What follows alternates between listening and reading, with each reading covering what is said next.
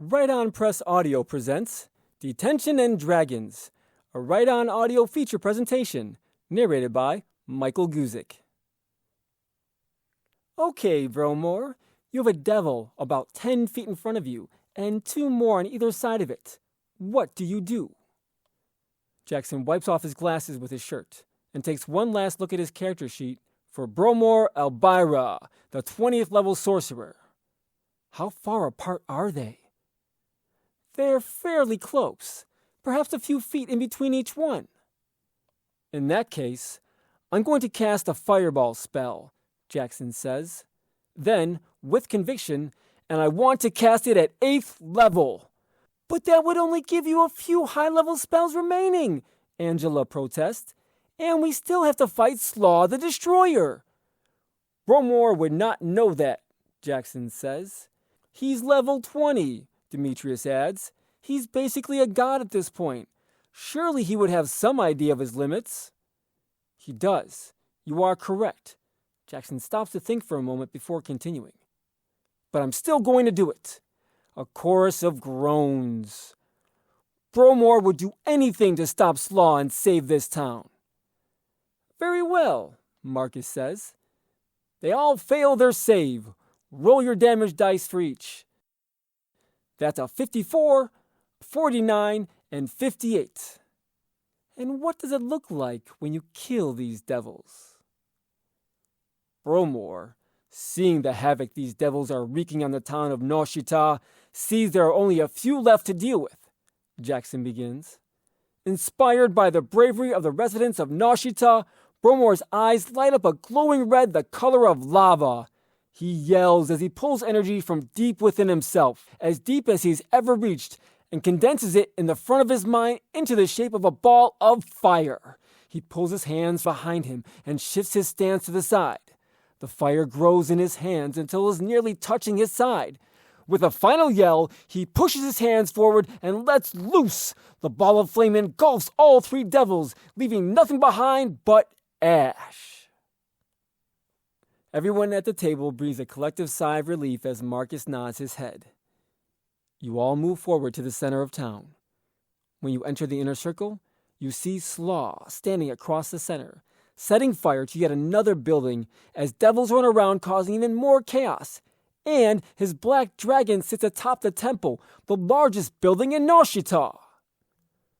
Upon seeing you enter, Slaw stops his destruction and turns to face you. He calls out, "So you're here at last! Too bad you are too late! I have already taken this meaningless town for all it is worth.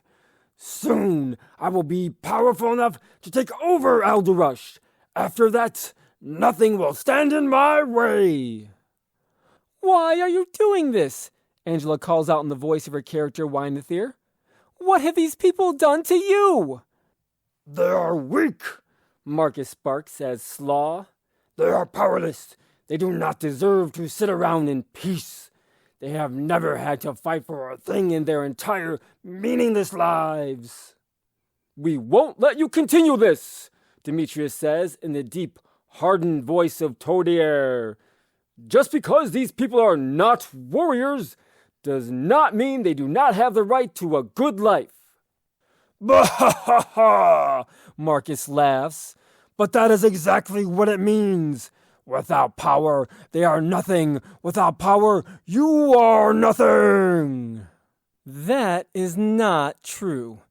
Maylee, who is usually quiet throughout most sessions, takes the chance to speak as her character Rosalie. The power one possesses does not determine one's worth. Rather, it is the power of their heart and the love and compassion they show that determines who they are. "We're going to stop you," Jackson says as Bromore. "Right here, right now." "Is that so?" Marcus asks, then switching to his regular voice. With that, Slaw breathes a sharp whistle and jumps onto the back of the black dragon as it swoops down to retrieve him. Slaw pulls an odd-looking stone out of his pocket. It is pitch black, but seems to glow with small specks of light, almost as if it contains the very night sky itself. Slaw whispers a word into the stone, and in the blink of an eye, a shadow swallows him, the dragon, and the devils, leaving the town of Nashita to burn.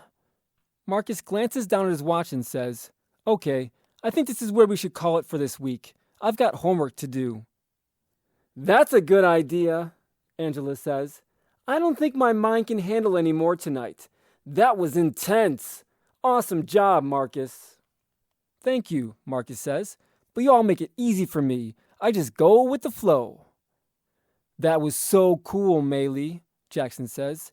"You always find the perfect time to chime in, and it's always so deep and meaningful.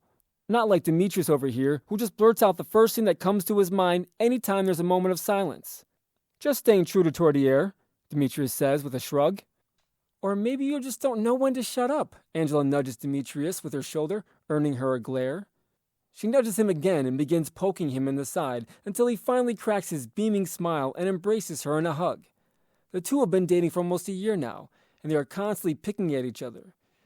Demetrius kisses Angela on the lips, causing the rest of the group to erupt in mocked, retching sounds.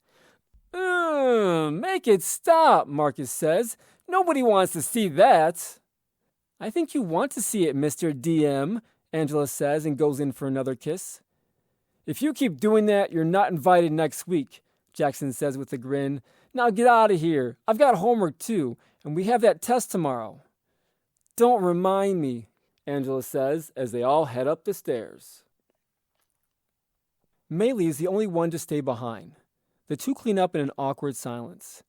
They have been best friends for as long as he can remember. They went to elementary school together, and their parents have been friends since they were in high school. All throughout their childhood, Maylee and Jackson were inseparable, but when middle school hit, they started to drift apart. Maylee was shyer than Jackson, but also more popular in school. She joined the volleyball team and quickly excelled. She was beautiful, tall, and athletic. Meanwhile, Jackson never took to sports. Instead, he was more into reading and writing.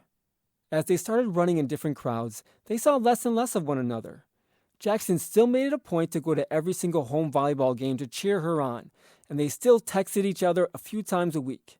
But when they were together, it was nowhere near as easy as it had once been. They didn't tell each other everything about their lives anymore. One big thing that Jackson had been keeping from her was that slaw, the big bad in their D&D campaign that had been going on for 2 years at that point, was actually based on Maylee's boyfriend, Sloan. Sloan had always been a bully, but he was discreet about it. He didn't shove other kids into lockers or pick fights after school. Instead, he would go after others when no one else was around, using his muscular frame and imposing height to scare the smaller kids into doing what he wanted. Ever since he started dating Maylee 3 months ago, he had been going after Jackson more and more. Maylee had always had a crush on Sloan, and it made sense. He was the star goalie on the soccer team. He was smart, charismatic, and even though Jackson would never admit it, a good-looking guy. Jackson could still remember the day Maylee showed up at his house happier than he had seen her in a long time. She told him that Sloan had asked her to go to the Corner Cup with him that Saturday. Jackson's heart had sunk into the pit of his stomach at the news, but he put on a brave face for his friend. He almost told her who Sloan really was, but she was so smitten he didn't want to break her heart in her happiest moment. So he kept quiet, and since then, the rift between them had grown deeper and deeper. As they worked to clean the basement, each racking their brains for something to break the silence, Jackson feels a deep sorrow that he has let it go this far. He should be happy for her. He has already been pushing down his feelings for so long, not wanting to face the possibility or inevitability of her not feeling the same way. So why can he not simply let it go? He knows the answer to the question, but he won't let himself say it. He won't even let himself think it. It's too late. So instead, he paints a smile across his face and tries his best to avoid seeing Sloan. He knows that Sloan suspects there is something going on between him and Maylee, and that is why Sloan has been tormenting him so much lately. But still, he can't bring himself to tell Maylee and hurt her. "Okay," Maylee says, snapping Jackson out of his thoughts. "That's everything. I'm going to head home, unless you want to study together. I feel like we never see each other outside of this game anymore. I don't have any plans tonight, and I could really use the help getting ready for this biology test." "Of course I'll help you," Jackson says. The two spend the next several hours studying, talking, and laughing like old times. They fall into a comfortable conversation, but they avoid going into any deep topics. By the time they finish, Jackson is in a much better mood. He walks Maylee out to her car to say goodbye. Jackson walks back inside and upstairs to his room. He does his nightly routine of push-ups and sit-ups that he started a few weeks ago. He has always been thin, and he wants to add some muscle to his frame. He tells himself he's doing it to be healthier, but he can't deny that he also hopes Maylee notices. After a short workout, he lays his head down to rest and smiles, relieved that things were somewhat normal with Maylee for the first time in weeks. As he begins to drift off to sleep, he remains hopeful that tomorrow will be a good day. He will ace his test, get some writing done after school, and be there with his friends to watch Maylee compete in the first round of the playoffs. That night, however, Jackson is restless. His sleep is interrupted by vivid dreams of running through his town with his friends, being chased by devils and goblins. He dreams he is firing flaming bolts from his hands. He dreams Maylee is on the ground beside him, a knife sticking out of her side. Each time he wakes, he sits up with a jolt and looks around, only to find he is still lying in his bed, his room undisturbed. When his alarm goes off at 6:30, Jackson groans and reaches over to shut it off. His hand smacks down on his phone and slides onto the table where he feels a rough piece of paper. He doesn't remember leaving any notes out the night before, but he decides he can look them over one last time to wake himself up. He pulls the paper off of his nightstand and flips the lamp switch beside of him, illuminating his room in light. He puts his glasses on and looks closer at the paper. It is coarse and yellowing, unlike any paper he had used before. It has numbers and boxes all over it. It looks almost like a character sheet. He rubs his eyes and looks closer, only to see that is exactly what it is. It's a character sheet with the same information written on it as when he had first started playing as Bromore almost 2 years ago, back when he was still only level 1. The only difference is the type of paper and the name at the top. Instead of reading Bromore Elvira, Jackson sees his own name written in flowing handwriting. Jackson scoffs and puts the paper in a folder, convinced Marcus made it for him as a gift of some kind. In his drowsiness, Jackson is slow getting ready and almost late to school. He walks into his first period biology class just as the tardy bell is ringing and sits in his seat directly behind Marcus. "Hey, thanks for the gift," Jackson whispers. "That's really awesome, but where did you find paper like that?" "What are you talking about?" Marcus whispers back. "All right, everyone, I am passing out the exams now," Mr. Swart says aloud. "There should be no more talking from now until everyone is finished." Marcus gives one more questioning look to Jackson, but Jackson just shakes his head and looks down at his test. He quickly falls into his zone and goes through the test quickly. When he reaches the final page, the essay question, he takes a moment to gather his thoughts. He glances out of a window, around the field behind the school, not really focusing on anything in particular, but rather letting his mind wander and organize the points he wants to hit in his essay. As he looks into the forest that borders the school, he notices a glinting of light. He moves past it, but his eyes quickly dart back when he sees a rustling coming from that spot. He shakes the thoughts of cell energetics out of his mind and focuses on that spot. He nearly gasps when a creature pokes its head out of the bushes and scans the field in front of it. Jackson doesn't get a great look at it before it retreats into cover once again, but he swears it looked just like a stereotypical goblin you would see in any fantasy movie. Jackson shudders and turns back to his exam, convinced it was just a trick his eyes played on him after his dreams the night before. He tries to clear his mind, but it is difficult. He ends up taking the remainder of the class time to finish his exam, writing the final word just as the bell rings and Mr. Swart begins collecting papers. Jackson gets up without a word and walks out of the classroom. He has a study hall second period, and he's sure Mrs. Adams won't mind if he's a few minutes late. He'll tell her he was looking for a book in the library. Jackson walks quickly through the school to the back doors, right beside the gym. He knows they will be unlocked. They always are, so he slips out and heads directly for the spot he thought he saw the creature. When he gets there, he jumps over the bushes, hoping to startle whatever may be lurking there. Instead, he finds nothing but some fallen leaves. Relieved, he breathes deeply and jogs back to the unlocked door. His next 3 classes are uneventful. He has a busy day in both math and English, so there isn't much time to think about the paper before his lunch. He sits down in his seat and waits for Marcus, Demetrius, and Angela to go through the line and join him. Maylee is the only one of their group without a fifth period lunch, but they usually use this time to discuss their game and brainstorm where they're going next. Today, though, Jackson is determined to figure out who put the paper on his nightstand. Marcus is the last to join them.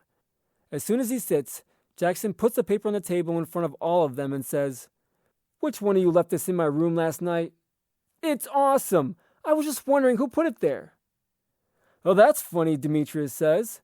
"I was going to ask you who put this in my backpack." He then pulls a similar paper out of his bag and lays it on top of Jackson's. "Me too," Angela says, adding another paper to the pile. "What is this, you guys?" Marcus asks. "Where did you get those?" "I found mine on my nightstand this morning," Jackson says. "Mine was in my backpack when I got to school," Demetrius says. "Same for me," Angela adds.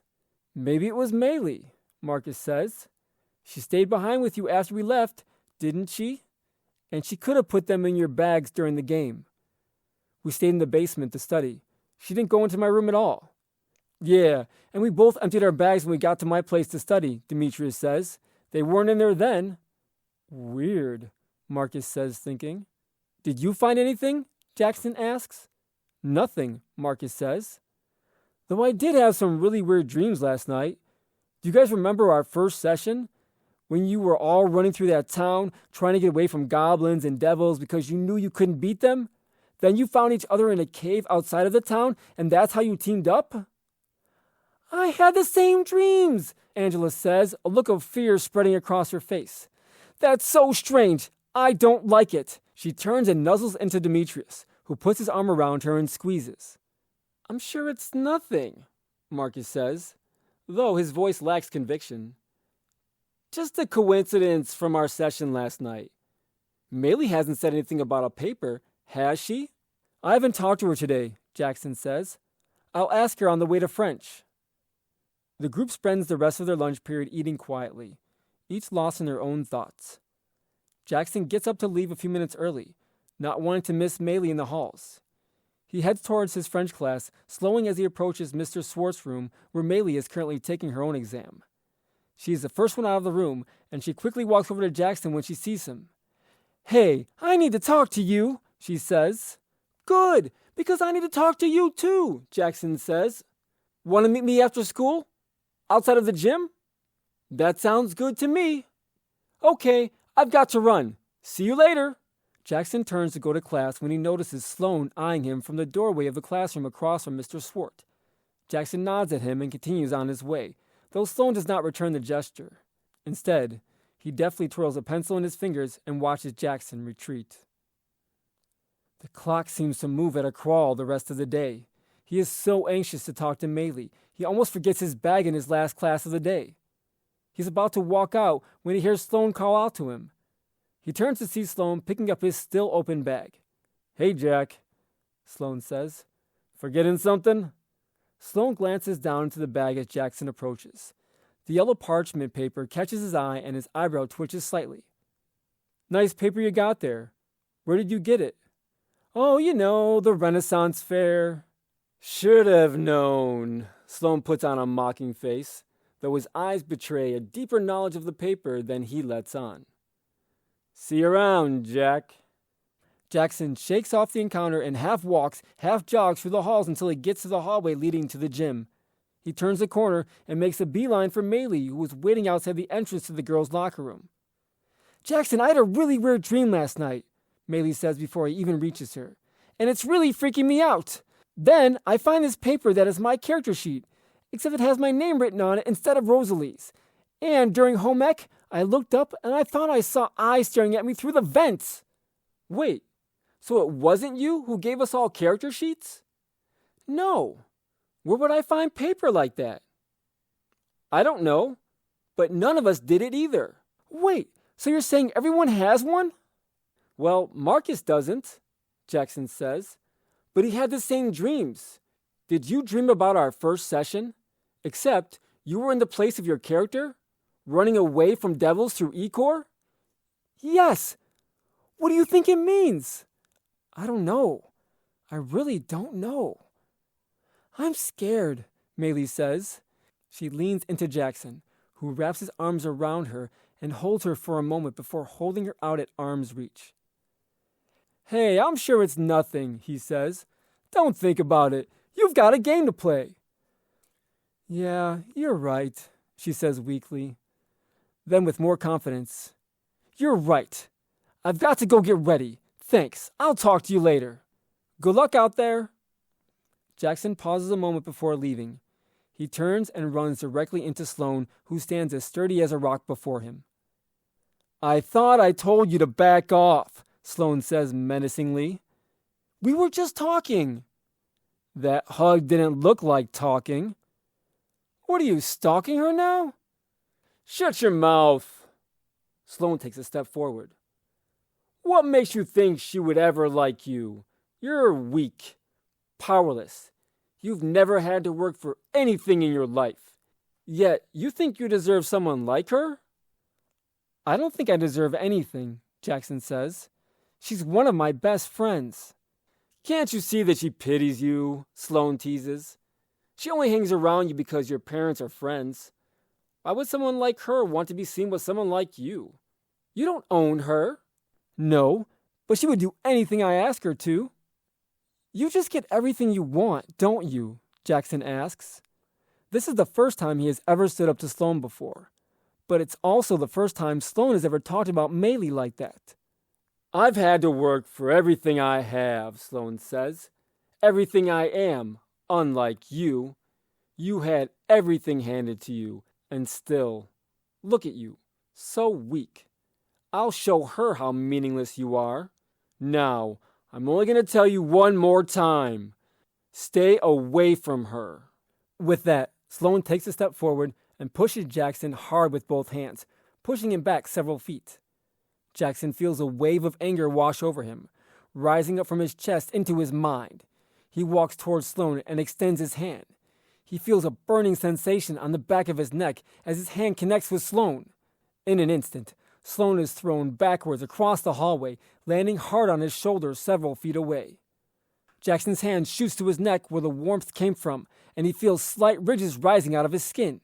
He turns and runs in the other direction as Sloane calls out, "You'll pay for that, Jack!" Jackson runs to find his friends, who are standing around their cars talking quietly. Jackson runs up and pulls at his shirt collar. "Is there something on my neck?" he shouts. "Nice tattoo," Angela exclaims. "When did you get that?" "I didn't." "What do you mean?" Marcus asks, looking closer. "Wait, isn't that—" His breath catches in his throat. What is going on here? "What?" Jackson asks, bending down to try to see the marks in the mirror of Angela's car. "What is it?" "Jackson, it's the same tattoo Bromore has," Demetrius says, his voice trembling. "The one that lights up whenever he uses a spell." "That's not possible," Jackson says. "It's not." He reaches into his bag and pulls out a character sheet. After one glance, it falls out of his hand, and he has to steady himself against the car to keep from falling over. Demetrius picks up the paper, and the other three look it over. They all gasp when they notice. Jackson's health has dropped from 11 hit points to 9, and one of his first-level spell slots has been marked out. They try to rub off the ink, but it is as if it has been etched into the paper itself. Jackson takes the next several minutes explaining what happened with Sloane, including the weird similarities in his speech to that of Slaw, and the fact that he has never felt a shove that strong in his life. When he finishes explaining, they are quiet for well over 3 minutes. Then, Angela gasps. "That's it," she says. "That's why you didn't get one." She turns to face Marcus. "Marcus, I know you've been working today. What was going to happen next?" "Well, you were all going to discover that Slaw's village had been raided by rich merchants that thought a villager shortchanged them," Marcus says. "He fled as the merchants slaughtered his family. He went all the way to the king, but the king did nothing to punish them. So he retreated to the woods, training and growing stronger. He found a dragon egg and raised it, helping it to grow into an ancient dragon in a shorter time than thought possible. Then you were going to confront him.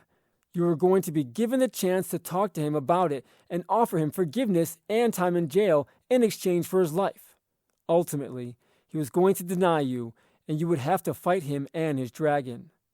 You know what? Demetrius says. I did just hear the other day that Sloane's family had nothing growing up. He worked on his family's farm for years trying to make ends meet. That's why he says I've never had to work for anything, Jackson says.